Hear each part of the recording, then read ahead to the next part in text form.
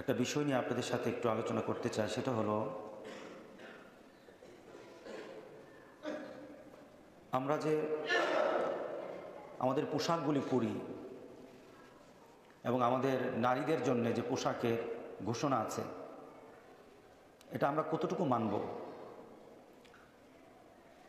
আর আল্লাহ সুবহানাহু ওয়া তাআলা পোশাক দিয়ে নিজেকে ঢেকে রাখা, আল্লাহর কাছে এটা পছন্দের বিষয়। আর পোশাককে যতক্ষণ পর্যন্ত আমরা ধারণ করে রাখব, কোরআন সুন্নাহ অনুযায়ী যতক্ষণ পর্যন্ত পোশাককে আমাদের সম্মানবোধ, আমাদের ইজ্জত সম্মান আমরা মনে করব, ততদিন পর্যন্ত আল্লাহর রহমত আমাদের মধ্যে আল্লাহ নাজিল করতে থাকবে। আর যখনই পোশাক আমাদের থেকে কমতে আরম্ভ করবে, আল্লাহর নির্ধারিত বিধান অনুযায়ী যতটুকু পোশাক আমাদেরকে পরতেই হয়, যেটাকে আমরা ফরজ বলে থাকি, সেখান থেকে যতটুকু কমতে থাকবে, আমাদের চরম বন্ধু হয়ে যাবে শয়তান। আর আল্লাহ আমাদের প্রতি রাগ হতে থাকবেন। এ বিষয়ে কারণে কথা বলা দরকার। বাংলাদেশে বর্তমান পোশাক যতটুকু ইসলামের নিয়মে চলছিল, যতটুকু বিভিন্ন কারণে, বিভিন্ন অবস্থানের কারণে, এমনকি শিক্ষা প্রতিষ্ঠানের কারণে এখন আমাদের সন্তানরা দ্বীনি ইসলামী কোরআন সুন্নাহ অনুযায়ী পোশাক পরা থেকে বিরত থাকতেছে। পরিবেশগত আছে, মিডিয়ার কারণে আছে, আবার প্রাতিষ্ঠানিক কারণে দেখা যায় আমাদের সন্তানেরা বাধ্য হয়ে ইসলাম যেটাকে পছন্দ করে না, ইসলাম যেটাকে অ্যালাউ করে না, এমন পোশাক পরতে তারা বাধ্য হয়ে যায়। গত কয়েকদিন আগে বাংলাদেশের একটা শ্রেষ্ঠতম বিদ্যাপীঠ Motijheel Ideal School and College, ওই প্রতিষ্ঠানের প্রতিষ্ঠা লগ্ন থেকেই জনাব ফয়জুর রহমান, এটা প্রতিষ্ঠাতা হেডমাস্টার প্রিন্সিপাল ছিলেন, উনি একজন আল্লাহওয়ালা মানুষ ছিলেন। যেখানে আল্লাহওয়ালারা থাকে আর আমাদের সন্তানরা যদি তার টাচে থাকে, আমাদের সন্তানগুলি আল্লাহকে চিনতে সহজ হয়ে যায়। ভালো মানুষের সাথে থাকলে, ভালো মানুষের পরিবেশে থাকলে সে ভালো কিছু শিখে, আল্লাহওয়ালাদের সাথে থাকলে আল্লাহওয়ালা হওয়া সহজ হয়ে যায়। জনাব ফয়জুর রহমান উনি একজন নেককার বান্দা ছিলেন। উনি প্রতিষ্ঠানের কিছু নিয়ম নীতি করতে গিয়ে বললেন, স্কুলের ছেলেদেরকে টুপি পরে আসতে হবে। এটা একটা স্কুল, কিন্তু স্কুল যখন ছুটি হয়, স্কুলে যখন ছাত্ররা ঢুকে, তখন স্কুলের দৃশ্য দেখে আমরা আশ্চর্য হয়ে যাই। এখানে সব ধর্ম বর্ণ নির্বিশেষে সবাই ইসলামের অনুশাসন মেনে আনন্দের সাথে স্কুলে ঢুকতেছে। যে ছেলেটা হিন্দু সেও টুপি পরে ঢুকতেছে, তার ভিতরে কোনো হিংসা নেই, সুন্দর চলে আসতেছে নিয়ম। মেয়েদেরকে একটা নির্দিষ্ট তার মাথা ঢেকে, তার শরীর ঢেকে স্কুলে ঢোকার নিয়ম করে দিল। চলে আসতেছে চলছে, কোনো প্রতিবাদ নাই।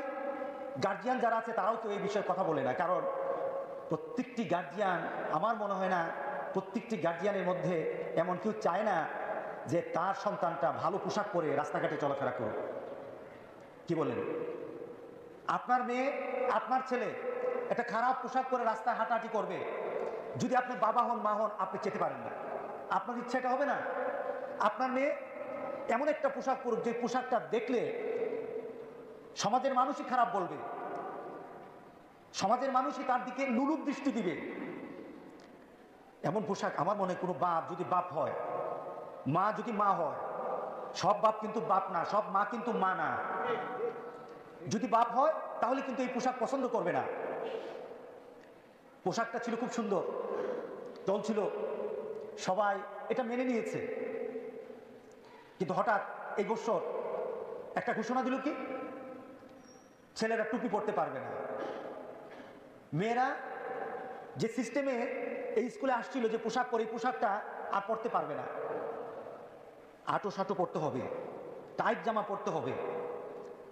এরপরে স্কুলের ড্রেস যেটা বলে, আমাদের সমাজে স্কুলের ড্রেসগুলি আছে, আমি তো মাঝে মাঝে চিন্তা করি বাড়ির ভিতরে যে পোশাক পরা থাকে এটা শালীনতা আছে, এটার মধ্যে একটু শালীনতা বোধ থাকে, কিন্তু স্কুলে যে পোশাকগুলি পরে যায় এটার মধ্যে কোনো শালীনতা নাই।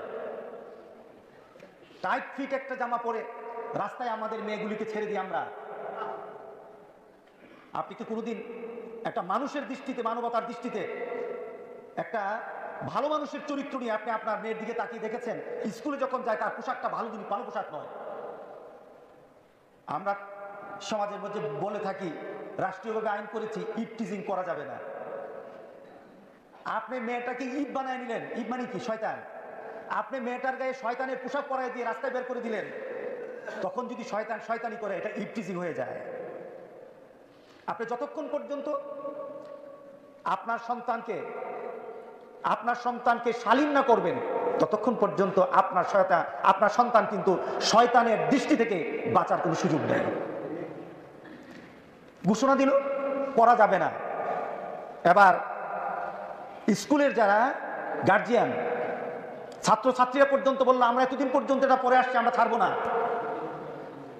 গার্জিয়ানরা আন্দোলন করলো, 31শে জানুয়ারি পর্যন্ত তার আলটিমেটাম দিল যে আপনারা এই আইন পরিবর্তন করুন, কারণ আমার সন্তান, আমি চাই স্কুলে যখন আসবে আমার বাচ্চাটার মাথায় যদি টুপি থাকে তাহলে আমি মনে মনে চিন্তা করি তার মধ্যে ইসলামী নিয়ম নীতি আল্লাহ সুবহানাহু ওয়া তাআলা কিছু না কিছু ঢেলে দিবেন।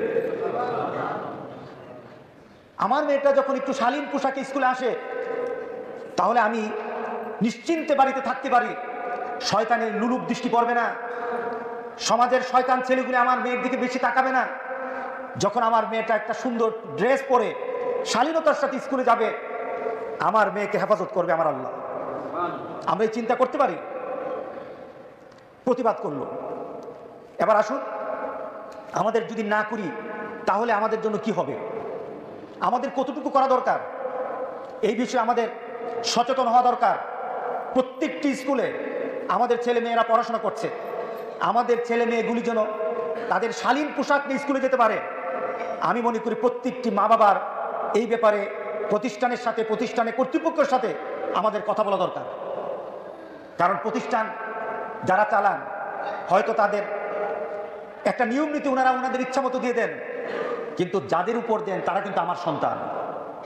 যাদের উপর দেন এটা কিন্তু আমার মেয়ে, আমার মেয়ে রাস্তা দিয়ে যাবে। সুতরাং আমার মেয়ে যাওয়ার সময় আমার দাবি হলো সে যেন একজন মুসলমান হয়ে যায়। তাকে দেখলে যেন মুসলমানের নিয়ম নীতি তার মধ্যে চলছে, মুসলমানের নিয়ম তার মধ্যে আছে, এটা যেন দেখলে বোঝা যায় সে একটা মুসলমানের বাচ্চা। কি বলেন? আল্লাহ সুবহানাহু ওয়া তাআলা পোশাকের ব্যাপারে আল্লাহ সুবহানাহু ওয়া তাআলা কি বলছেন? ইয়া বানি আদম, আদম সন্তান, এখানে মুসলমান বলা হয় নাই, অথবা অন্য কোনো ধর্মাবলম্বীর কথা বলা হয় নাই, সরাসরি আল্লাহর সৃষ্টি জগতের মানুষ জাতিকে বলা হচ্ছে। আর শরীর ঢেকে রাখার ব্যাপারে কথা শুধু মুসলমানরা বলে না। আপনি ইহুদি ধর্মকে আপনি সার্চ করে দেখেন, এদের মেয়েকে উলঙ্গ করা এদের মধ্যে অত্যন্ত পাপের কাজ। খ্রিস্টানদের ধর্মে আপনি খ্রিস্টানদের নানদেরকে দেখেন, মহিলাদেরকে, যারা খ্রিস্টানদের পাদ্রীদের সাথে থাকে, যারা চার্চে থাকে, তাদেরকে দেখেন, তারা মুসলমানরা যেভাবে বুরখা পরে মাথা ঢেকে চলে তার থেকে আরো বেশি রাখে। হিন্দু ধর্মে পর্যন্ত সমস্ত শরীর ঢেকে রাখার কথা, কোনো ধর্মে বাকি নাই, সব ধর্মে মেয়েরা শালীন হয়ে চলবে, এটাই হলো প্রত্যেকটি ধর্মের কথা। আর ইসলামের চূড়ান্ত কথা হলো প্রত্যেকটি মানুষের দেহের একটা অংশ, পুরুষের জন্য একটা, নারীর জন্য একটা, ওই পরিমাণ ঢেকে রাখা প্রত্যেকটি মুসলমান নরনারীর উপর ফরজ। কি বলেন? ফরজ। আচ্ছা, আমরা যখন ইবাদত করি, যখন নামাজ পড়ি, তখন নামাজের মধ্যে একটা শব্দ চলে আসে, নামাজ আরম্ভ হওয়ার আগে ফরজ একটা কাজ চলে আসে, এটার নাম কি? সতর ঢাকা। সতর ঢাকার কথা আছে না? সতর ঢাকা অর্থাৎ আল্লাহর একটা নির্ধারিত একটা দেহের একটা অংশ আছে, এই অংশটা ঢেকে আপনাকে নামাজ পড়তে হবে। এতটুকু ঢাকা যদি আপনার না থাকে, এতটুকু ঢাকা যদি মহিলাদের ক্ষেত্রে যতটুকু আল্লাহ বিধান দিয়েছেন, এতটুকু ঢাকা যদি না থাকে তাহলে মহিলাদের কি হবে না? পুরুষের কি হবে না? নামাজ হবে না। অর্থাৎ এটা ফরজ, এটা ফরজ। এটা আল্লাহর তরফ থেকে আল্লাহর বিধান। এবার শয়তানের বিধান কি? শয়তান কি করে? আল্লাহ বলেন কাপড় পরানোর জন্য আল্লাহ সুবহানাহু ওয়া তাআলার চাহিদা, আল্লাহর চাহিদা হলো কাপড় পরো, সতর ঢেকে রাখো। আর শয়তানের কাজ কি?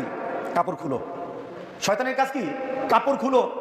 এখন শয়তানের কাজটাকে আমরা প্রাধান্য দিচ্ছি আর আল্লাহর কাজটাকে আমরা দূরে সরাচ্ছি। স্কুলের মধ্যে একটা বিধান ছিল যে একটা মাথা ঢেকে রাখা, ছেলেরা কাপড় মাথায় টুপি দেওয়া, একটা সুন্দর বিধান ছিল। এখন এটাকে খোলা হচ্ছে, খুলে ফেলা হচ্ছে। খুলে ফেলার কাজ হলো শয়তানের কাজ, আর ঢেকে রাখার কাজ কি? মুমিনের কাজ। আল্লাহ সুবহানাহু ওয়া তাআলা বলেন, ইয়া বানি আদম কাদ আনজালনা আলাইকুম লিবাসাই ইউয়ারি সাওআতিকুম ওয়ারিশা। আমি তোমাদের কাছে পোশাক অবতীর্ণ করেছি, অর্থাৎ পোশাক দিয়েছি তোমাদেরকে। এই পোশাক দিয়ে কি করবা? তোমাদের লজ্জাস্থানকে তোমরা ঢেকে রাখবা। এবং পোশাকের ক্ষেত্রে আল্লাহ সুবহানাহু ওয়া তাআলা দুটো কথা বলেছেন, দু ধরনের পোশাকের কথা। একটা পোশাক হলো এটা হলো কাপড় দিয়ে আবৃত করা, কাপড়ের পোশাক যেটা আমরা পরি, এটাও আল্লাহর তরফ থেকে ফরজ। আরেকটা হলো লেবাসুত তাকওয়া। আরেকটা হলো যখন আমি উপরের পোশাকটা পরবো তখন আমার ভিতরে একটা অনুভূতি থাকবে, একটা ভয় থাকবে যে এই পোশাকের ঘোষণা আল্লাহ দিয়েছেন, সুতরাং আল্লাহর সন্তুষ্টির জন্য আমি পোশাক পরছি, আমার লজ্জাস্থান ঢেকে রাখতেছি, আল্লাহ সন্তুষ্টির জন্য আমি পোশাক পরতেছি। এই চিন্তা আপনার দিলের ভিতরে থাকবে। এর জন্য পোশাকের চিন্তা বাইরে যেমন ভিতরে তেমন থাকতে হবে। এটাকে বলে লেবাসুত তাকওয়া, অর্থাৎ তাকওয়া মানে কি? আল্লাহ ভীতি। আল্লাহ ভীতির পোশাক আপনার অন্তরে থাকতে হবে। কেন? আপনি সুন্নতি পোশাক পরে আছেন, কিন্তু এই সুন্নতির পোশাকের প্রভাব আপনার ভিতরে ঢুকলো না, তাহলে কিন্তু আপনার এই পোশাক আপনাকে মর্যাদা বাড়াবে না। আপনার সুন্নতি পোশাকের সাথে সাথে আল্লাহর ফরজ আদায়ের সাথে সাথে ভিতরে একটা পরিবর্তন আনতে হবে যে আমি এটা পালন করতেছি কেন? আল্লাহর ভয়ে, শাস্তির ভয়ে। আল্লাহ সুবহানাহু ওয়া তাআলা রাগ করবেন, আযাব দিবেন, এই কারণে আমি পোশাকটা পরছি। এই চিন্তা যখন আপনার ভিতরে এবং বাইরে এক হয়ে যাবে, তখন এই পোশাক আপনাকে মানুষের দৃষ্টি থেকে যেমন আপনাকে বাঁচাবে, আপনার তাকওয়ার কারণে আল্লাহ সুবহানাহু ওয়া তাআলা দুজকের আগুন থেকে আপনাকে বাঁচিয়ে দিবেন। দুটো দিক। তবে পোশাকের ক্ষেত্রে আমাদের জন্য আল্লাহ সুবহানাহু ওয়া তাআলা বললেন যে সবচাইতে উত্তম পোশাক হলো অন্তরের পোশাকের, অন্তরের মধ্যে এই পোশাকের প্রভাবটা অন্তরের মধ্যে ফেলে দেওয়া। অর্থাৎ এই পোশাক ব্যতীত আমি যদি আল্লাহর দরবারে দাঁড়াই, এই ভীতি নিজের অন্তরের মধ্যে জাগ্রত রাখা, এটা হলো সবচেয়ে উত্তম। এটা উত্তম। এরপর আল্লাহ সুবহানাহু ওয়া তাআলা বলতেছেন, ইয়া বানি আদম লা ইয়াফতিনান্নাকুমুশ শাইতানু কামা আখরাজা আবওয়াইকুম মিনাল জান্নাহ। আমাদের পিতা আদম আলাইহিস সালাম কোথায় ছিলেন? জান্নাতে ছিলেন।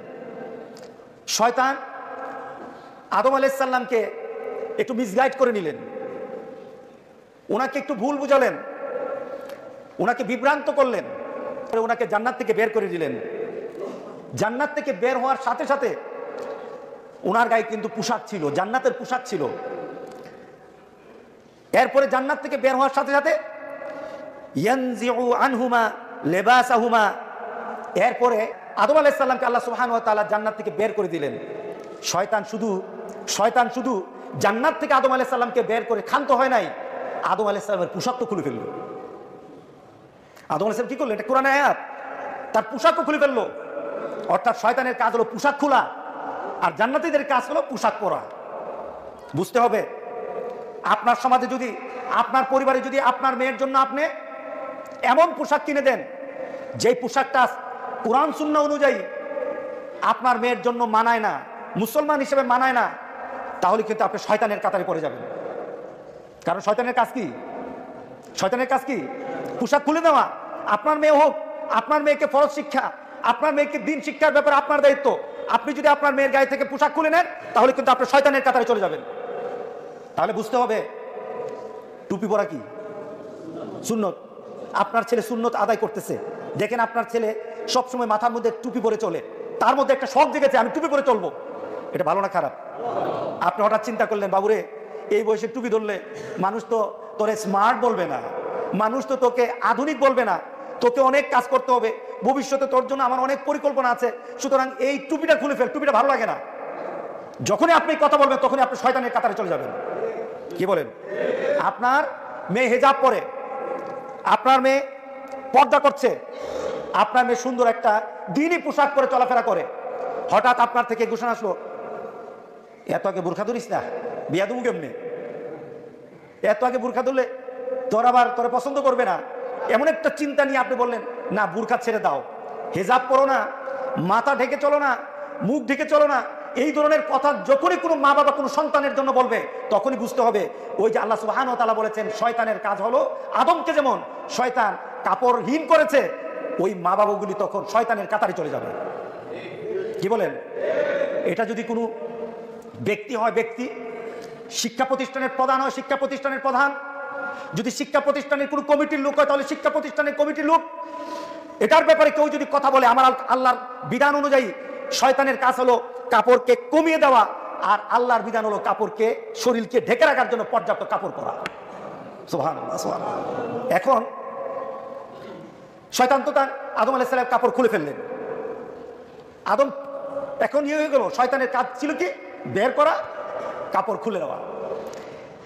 এখন আপনাদের কাছে একটা প্রশ্ন, যে আমরা আমাদের সন্তানের জন্য এমন একটা পরিবেশ, এমন একটা নীতি, এমন একটা চিন্তা রেখে যাওয়া দরকার আছে কিনা, যে আমার সন্তান আল্লাহ রাসূলের নিয়মে চলার কারণে, আল্লাহ রাসূলের নিয়মের প্রতি থাকার কারণে তার একটা ভবিষ্যৎ ভালো হবে, এমন একটা পরিবেশ দরকার আছে কিনা বলেন?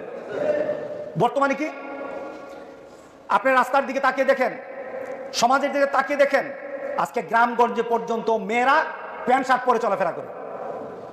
শহরে তো কোনো কথাই নাই। এটা হলো স্মার্টনেস, এটা হলো তাদের জন্য আধুনিকতা, এটা হলো আপনার সন্তান চিন্তা করে এতে আমাদের কল্যাণ আছে। তবে কল্যাণ কতটুকু আছে, এই পোশাকের কারণেই কিন্তু বর্তমানে ইফটিজিং বেড়ে গেছে, বর্তমানে ধর্ষণও বেড়ে গেছে। কয়েকদিন আগে ঢাকা বিশ্ববিদ্যালয়ের একটা মেয়েকে ধর্ষণ করা হলো রাতের বেলা। রাত কয়টা বাজে? 10টার সময় সে একা করলো, কে? তাকে বের করা হলো। কতটুকু সত্য মিথ্যা আল্লাহ ভালো জানে, আমরা এটা যাচাই করতে চাই না। তাকে বের করা হলো, ধর্ষককে বের করা হলো। দেখা গেল ধর্ষক এমন একটা বেটা যে ভালো করে দাঁড়াইতে পারে না। কি বলেন? তার মানে কি তার মধ্যে জৈবিক চাহিদা নাই? কিন্তু আমি চিন্তা করি, সে জৈবিক চাহিদা না থাকার পরও আমাদের সমাজের মেয়েগুলি এমন পোশাক পরে রাস্তায় হাঁটাহাঁটি করে, জৈবিক চাহিদা নাই তার, এরপরে কিন্তু তার ক্ষুধা মেটানোর জন্য সে পাগল হয়ে যায়। কথা ঠিক আছে কিনা বলেন? এটার কারণটা কি? কারণটা কি? ইউরোপে এটা দেশটা ফ্রান্স না হলে আশেপাশে কোনো দেশ হবে, আমার খেয়াল আসতেছে না দেশটার নাম। ওই দেশের এক মন্ত্রী তার পার্লামেন্টে বলেছে আমার দেশের পোশাক পরিবর্তন করা দরকার। এই সমাজ থেকে যদি ধর্ষণ উঠিয়ে নিতে হয়, ধর্ষণকে যদি মাইনাস পর্যায়ে নিতে হয়, তাহলে একটা কাজ করতে হবে। সেটা কি? পোশাক পরিবর্তন করতে হবে, মেয়েদের পোশাক শালীন করতে হবে। মেয়েদের পোশাক যদি শালীন করা হয়, তাহলে আমার দেশের ধর্ষণ আর থাকবে না। বাংলাদেশের ধর্ষণ বাড়ছে না কমছে? বলে বিষয়ের কারণটা কি? শয়তানের প্রভাব। পিছনে কারণটা কি? শয়তানের কুমন্ত্রণা, যেটাকে ঢেকে রাখার জন্য আল্লাহ বলেছেন, যেটাকে ঢেকে রেখে সমাজকে সুন্দর রাখার জন্য, সমাজকে এনার্জেটিক রাখার জন্য আল্লাহ বলেছেন। এখন এটাকে খুলে দিয়েছেন, সমাজ আর কি এত ভালো থাকতে পারে? পোলাপান সব দুর্বল। বর্তমান সমাজের রাস্তাঘাটে ছেলে মেয়েরা তাদের পোশাকগুলি কেমন পর্যায়ে নিয়ে গেছে, ছেলে পেলে আর নিজের অবস্থান ঠিক রাখতে পারে না, পাগল পর্যন্ত বলে আমি আর ঠিক রাখতে পারলাম না। কি বলেন? কারণটা কি? পোশাকের কারণে। পোশাকের কারণে আজকে যত বেশি অশালীনতা চলছে, যত বেশি অবক্ষয় চলছে, আজকে আপনি মিডিয়া খুলেন, আজকে আপনি পত্রিকা খুলেন, আপনি সোশ্যাল মিডিয়া খুলেন, শুধু ধর্ষণ আর ধর্ষণ, ধর্ষণ আর ধর্ষণ। গত কয়েকদিন আগে দেখলাম কি 7 বছরের মেয়েকে ধর্ষণ করেছে। কয়জনে? 5 জনে একসাথে। আজকে অবস্থা কি? আজকে বাবা মেয়েকে ধর্ষণ করে, আজকে ভাই বোনকে ধর্ষণ করে, আজকে এক আত্মীয় আরেক আত্মীয়কে ধর্ষণ করছে। পিছনে কারণটা কি? আজকে একই পরিবারের মধ্যে ছেলেরা যখন থাকে, মেয়ে ছেলে একসাথে, আপনার পরিবারের মধ্যে এমন কিছু অশালীন কাজ চলে যে কাজটা আপনি টের পান না। পেছনে কারণ কি? পর্দার বিধান নাই। পর্দার বিধান নাই। আপনার সমাজে যদি পর্দার বিধান না থাকে, ধর্ষণ কমবে না, ধর্ষণ আরো বেড়ে যাবে। আমাদের সচেতন হওয়া দরকার, আমাদেরকে আরো সচেতন হওয়া দরকার।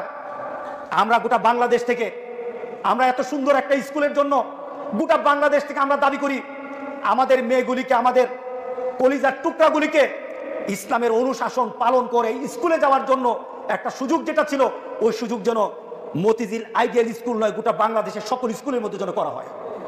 কি বলেন? দরকার আছে কিনা বলেন? আজকে দেখুন কি স্টাইল চলে আসছে। রাসূল সাল্লাল্লাহু আলাইহি সাল্লাম লানত করেছেন। কে লানত করেছেন? লানা রাসূলুল্লাহ সাল্লাল্লাহু আলাইহি সাল্লাম মুতাশাব্বিহিনা মিনার রিজালি বিন নিসা ওয়াল মুতাশাব্বিহাতি মিনান নিসাই বির রিজাল। রাসূল সাল্লাল্লাহু আলাইহি সাল্লাম লানত করেছেন। কে লানত করেছেন? আপনার সন্তান, আমার সন্তানকে লানত করা হয়েছে, আমাদের সন্তানকে লানত করা হয়েছে। যেই সন্তান রাসূল সাল্লাল্লাহু আলাইহি সাল্লামের এই কথার মধ্যে পড়ে যাবে, এটা যদি কোনো হুজুরের সন্তান হয়, পড়বে কিনা? পড়বে কিনা বলেন? আপনারা কে কে চান যে আপনার সন্তান লানত পড়ুক? লানতটা কার? রাসূলের। বলেন কার লানত? রাসূলের লানতের মধ্যে কে পড়তে চান? আপনার সন্তানকে আপনি ফেলতে চান নাকি? যদি ফেলতে চান তাহলে করান।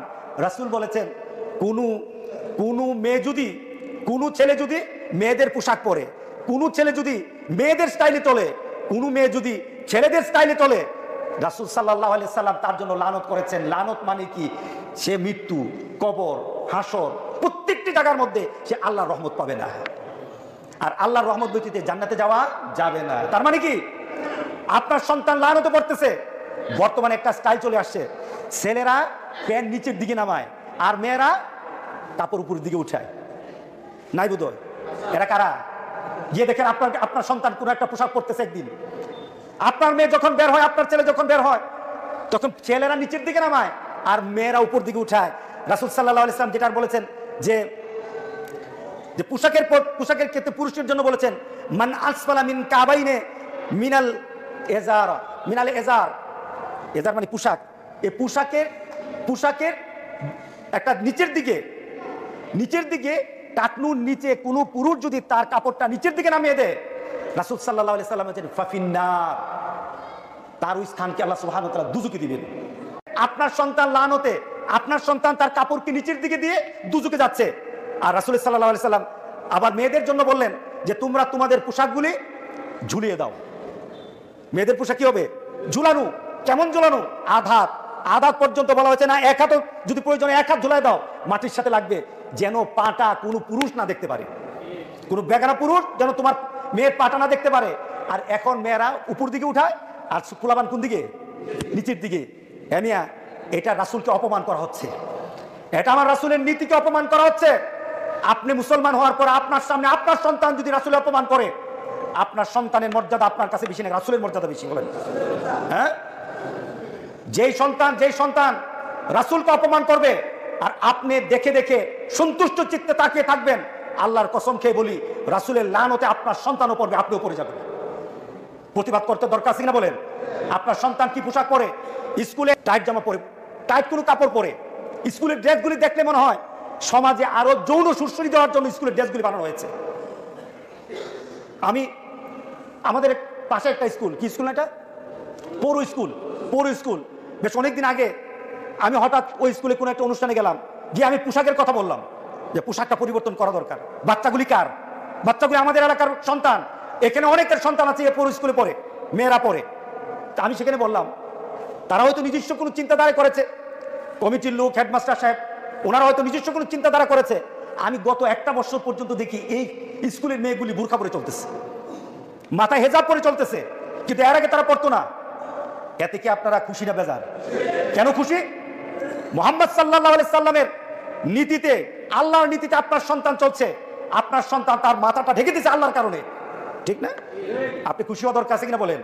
আর যদি আপনার মেয়েটা একটা টাইট জামা পরে, এরপরে টাইট করে একটা কি পরে?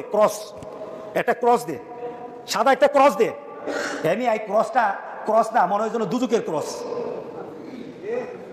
মেয়েটাকে আরো আঁটু করে ফেলে, মেয়েটার মধ্যে আরো অ্যাট্রাকশন বাড়িয়ে দেয়। আপনার সন্তান রাস্তায় হাঁটবে, শিক্ষিত করতে চান আপনার মেয়েকে, কিন্তু আপনার মেয়ে দুনিয়াতে শিক্ষিত হতে পারে কিন্তু জান্নাতে কিন্তু যাওয়ার সুযোগ পাবে না। আমরা এটা চাই না, কি বলেন? আমরা এটা চাই না। আমরা চাই একটা শালীন পোশাক পরে আমাদের সন্তানগুলি চলুক। দরকার আছে কিনা বলেন? দরকার আছে কিনা বলেন? আমরা যারা ওই গার্জিয়ানরা 31 তারিখ পর্যন্ত আলটিমেটাম দিয়েছে, 31 তারিখ পর্যন্ত তারা তাদের দাবির জন্য তারা অনুরোধ করেছে, আমরাও তাদের সাথে এক, গোটা মুসলমান এক। যারা করেছে তাদের জন্য আল্লাহ রহমত হবে, যারা করেছে তারা আল্লাহ রাসূলের সুপারিশ পাবে। কারণ আল্লাহ এবং আল্লাহ রাসূলের নীতির জন্য তারা আন্দোলন করছে, নিজের কোনো চাহিদার জন্য না। আমরা তাদের সাথে ঘোষণা দেই, আমরাও তোমাদের সাথে আছি। আমরাও দোয়া করি আল্লাহ যেন তোমার সন্তানকে একটা সুন্দর পোশাক পরে স্কুলে যাওয়ার তৌফিক দান করে, আমাদের সন্তানগুলি যেমন পরিবেশ হয়, আমাদের এমন চিন্তা করার দরকার আছে কিনা বলেন? নতুবা ধর্ষণ পৃথিবীতে কেউ কমাতে পারবে না, ধর্ষণ কমাতে পারবে না। ধর্ষণ যদি কমাতে হয়, স্পার্কিং, ধর্ষণ মানে কি? স্পার্ক করা, নেগেটিভ পজিটিভ দুই লাইনে যাবে, এটাকে কিন্তু এক জায়গায় করানো যাবে না। এটার জন্য একটা কি থাকতে হবে? আবরণ থাকতে হবে, কাভার থাকতে হবে। কাভার যদি লিক করে স্পার্ক করবে, ডেঞ্জারাস, এটার নাম ধর্ষণ। কাভার ঠিক রাখতে হবে। কাভার যেখানে গিয়ে সিস্টেম হয়েছে, কাভার দুটাকে খুলে যদি তুমি আবার দুটাকে লাগিয়ে দাও, লাইট জ্বলবে, নতুবা স্পার্ক করবে। কি বলেন? ঠিক আছে কিনা বলেন? আপনার ঘর জ্বালিয়ে দিবে, আপনার বাড়ি ঘর জ্বালিয়ে দিবে, আপনার মেশিনারিজ নষ্ট করে দিবে। সুতরাং আমরা পর্দার ব্যাপারে যেন আমরা একটু চিন্তা করি, আমাদের সন্তানগুলি ফরজ আমলের প্রতি যেন আরো আগ্রহ বাড়ানোর জন্য চেষ্টা চালাই। আল্লাহ যেন সবাইকে তৌফিক দান করে।